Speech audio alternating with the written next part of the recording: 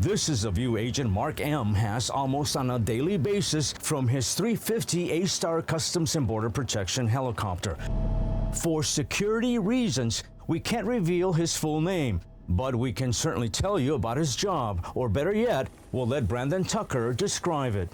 He's able to provide overhead visual capability to our Border Patrol agents on the ground. Tucker is the Deputy Director of Air Operations in San Diego for Customs and Border Protection. Mark is part of it.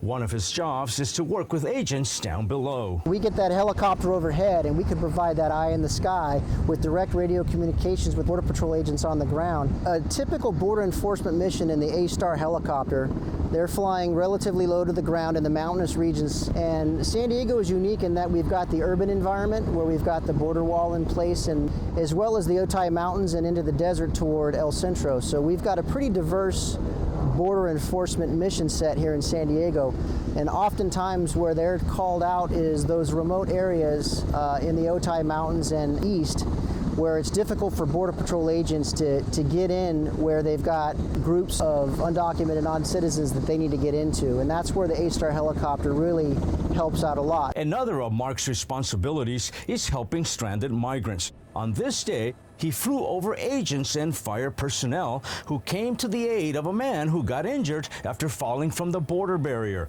Mark told us there's been times when he's landed his helo to provide water and medical attention to stranded migrants.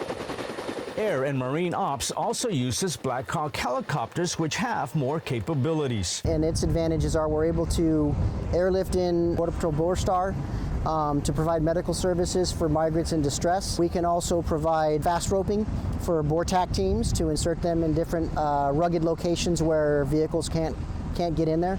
We also have a hoist capability so that we can actually perform rescues with distressed migrants that are in bad shape that we need to get to medical service providers quickly. Another big focus for the helicopters due to the increase in maritime smuggling events are boats carrying both drugs and/or humans.